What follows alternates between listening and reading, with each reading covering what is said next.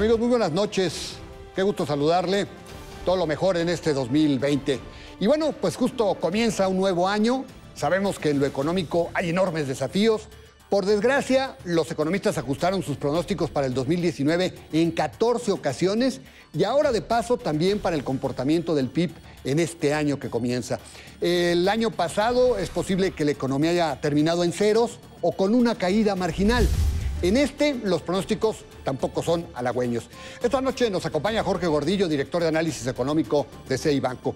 ¿Qué nos depara este 2020? ¿En dónde están situados los pronósticos? ¿Qué factores debemos considerar para dejar atrás la atonía? Lo invito a que se quede con nosotros. Jorge, muchas gracias por acompañarnos esta noche. Gracias, Pedro. Y bueno, pues feliz año, Jorge. Feliz año, sí. Bueno, pues Jorge, ya terminó el 2019, un año complicado. ¿Cuál sería tu diagnóstico del 2019 que terminó? Porque pues hay temas favorables, me parece que en la parte macroeconómica hay algunos indicadores no tan malos, pero sin embargo, pues todo esto, no sé cómo lo veas tú, Jorge, pero al final de cuentas todo esto como que pues se nubla por el tema del limitado crecimiento, ¿no? ¿O cómo lo ves tú? No, tal cual. Lo que vivimos el año pasado fue este cambio de administración y cambio de ser muchas cosas, pues generaron un cierto parálisis y lo que yo creo que definiría el año pasado fue que hubo un shock de confianza, ¿no?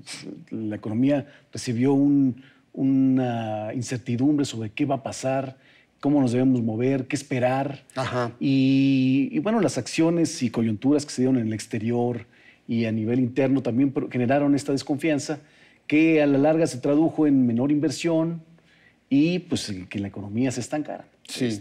Tal cual eso es lo que nos pasó. Sí. No hay más atrás de eso, porque buscarle que es un momento de un mal ciclo económico, no, simplemente es un cambio que generó desconfianza y esto debe de destrabarse para este próximo año, ¿no? Sí, digamos que se juntó el hambre con las ganas de comer, por así decirlo, como se dice popularmente, ¿no? Porque por el lado internacional, pues todo el choque proteccionista entre Estados Unidos contra China, Estados Unidos contra Europa, o sea, todo este tema de los aranceles, que pues, digo, era un tema ya rebasado, se presenta, ¿no? Y luego por el lado interno, cambio de gobierno, cambio de muchas políticas públicas y al final de cuentas, pues eso se traduce en desconfianza, ¿verdad? Así fue.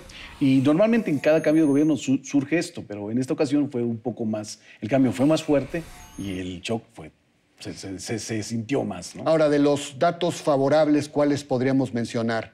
Digamos, de la coyuntura del 2019. Por ejemplo, pues la inflación creo que ha venido bajando, ¿no? Por supuesto que se mantuvo la estabilidad en los fundamentos macroeconómicos. La misma administración, aunque ha hecho muchos cambios, ha dicho que está muy convencida de que tiene que mantener unas finanzas públicas sanas, Ajá. no endeudarse de más, buscar tener una buena presencia en cuanto a la percepción del inversionista extranjero.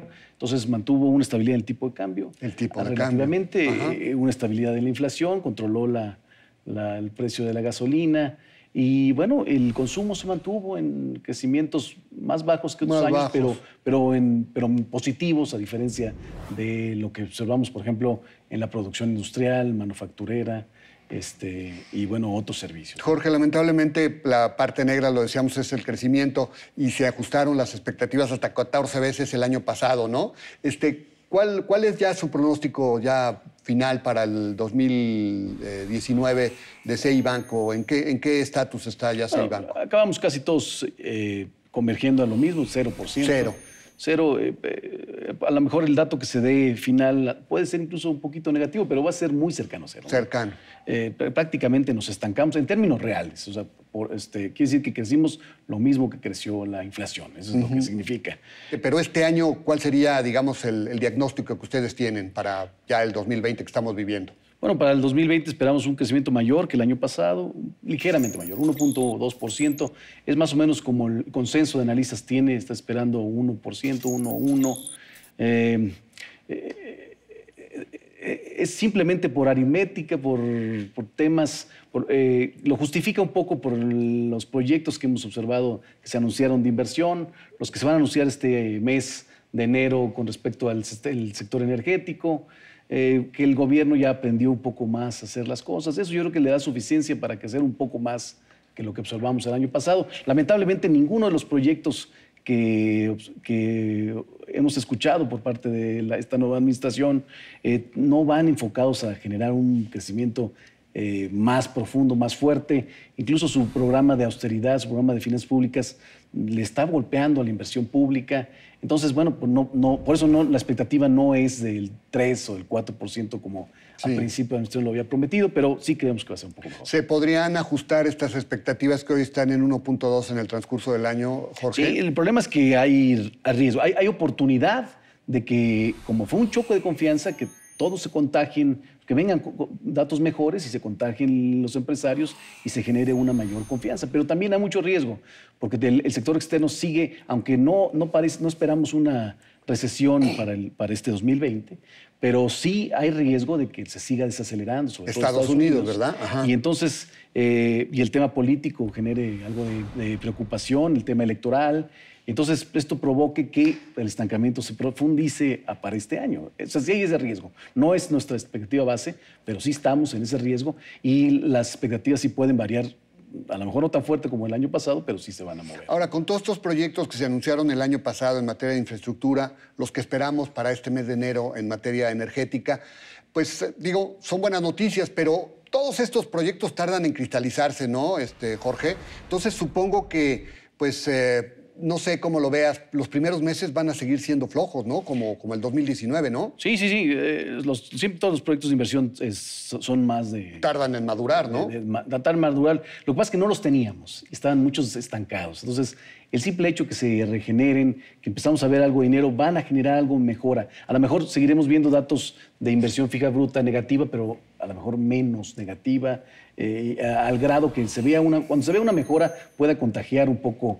Estos proyectos están para muchos empresarios estancados, que lo que ha sucedido es que los empresarios han estado posponiendo sus proyectos. ¿Crees que la industria de la construcción pueda mejorar un poquitito? La industria de la construcción es clave, ¿no? Clave, ¿no? Esta es una de las industrias más golpeadas, más frenadas, más lastimadas el año pasado, y es fácil de detonar. Así se nota luego.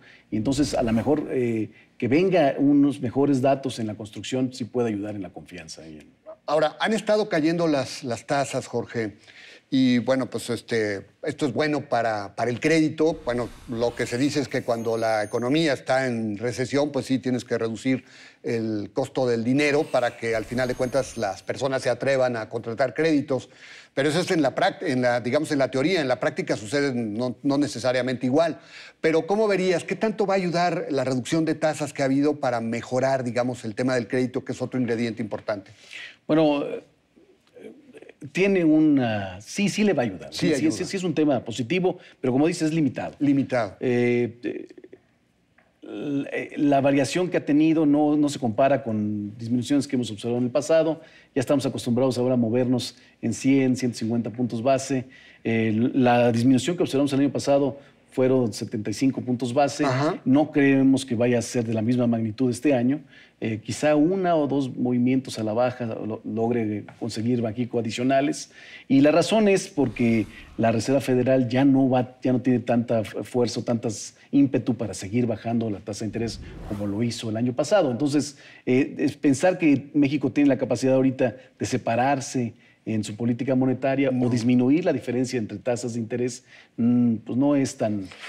Además tiene su riesgo, ¿no? Porque al final de cuentas, pues el mantener una tasa atractiva trae inversiones de portafolio que ayudan mucho a balancear la economía, ¿no? Bueno, hoy la deuda interna en México, el 50% está en poder de extranjeros, ¿no? El extranjero está muy contento con la tasa de interés que paga México.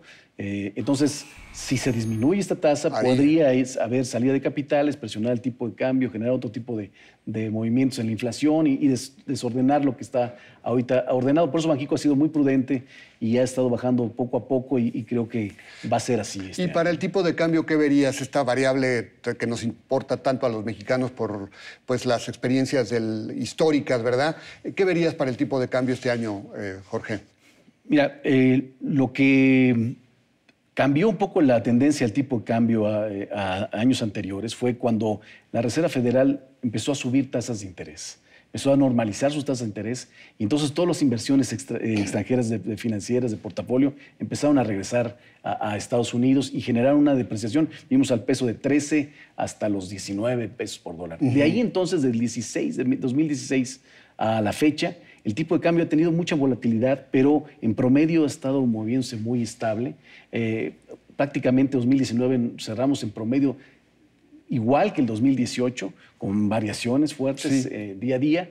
Y este año creo que no va a ser muy diferente. Esperamos un tipo de cambio un poco más presionado. Más presionado. Pero con una depreciación de 3-4% en promedio. Nuestra expectativa es que cierre el año alrededor de 20 pesos por dólar el interbancario, pero más o menos que promedie unos 19.70 en el año, ¿no? Y para el empleo, que es una variable que a todos nos interesa, Jorge, yo creo que muchas personas que nos están viendo esta noche, pues el tema del empleo nos surge porque sabemos que se perdieron muchos empleos el año pasado y además no se generaron el número suficiente. ¿Qué podemos esperar en materia de empleo para este año? Bueno, esta es la variable más importante porque es la última variable en donde los empresarios hacen sus ajustes, ¿no? Primero tratan de ahorrar todo lo posible y al final sueltan sus empleos porque les costó mucho capacitarlos, les cuesta mucho emplear a la gente. Entonces, cuando sueltan, también les cuesta mucho recuperarlo. Entonces, es vital la confianza que haya en el empresario, que retome una garantía de que hay inversión, de que se va a ver mejores condiciones económicas para el año, para que esperemos una mejor condición. El año pasado se generaron como 600,000 o algo así, ¿no? ¿Este año podríamos generar un poquito más o estaríamos en las mismas? No, pues nosotros consideramos que podemos generar cercanos a los 700,000. Todas las expectativas son un poco mejores al año pasado, pero no lo que necesitamos, ¿verdad, recordamos Jorge? que eran los datos que criticamos durante muchos años. Exactamente. ¿No? El país necesita crecer, crear empleos, más de 1 millón de empleos al año, debe crecer más de 4% en términos reales. En fin, eso lo veremos para los próximos años. Por lo pronto, ahorita estamos esperando un año de mejor condiciones de confianza y ver si... Y algo mejor que el 2019, ¿verdad? Un poquito mejor. Bueno, pues ojalá. Bueno, pues Jorge, muchas gracias. Te agradezco mucho el que nos hayas permitido platicar esta noche. Muchas felicidades, el mejor de los años, Jorge. Igualmente. Y él es Jorge Gordillo, él es el director de análisis económico de Ceibanco. Sí, por desgracia, los pronósticos de crecimiento en este 2020 ya están sobre 1% y podrían ajustarse más en el transcurso del año. Un ingrediente nodal para que regresen las inversiones y con ello una mayor dinámica es la confianza. Va a depender de las políticas públicas para que la iniciativa privada se sume más de lleno con muchos proyectos que son nodales para el país. Por lo pronto, los primeros meses no serán nada sencillos. Lo invito a la próxima semana, aquí a la misma hora, con más nombres y nombres. Hasta la próxima.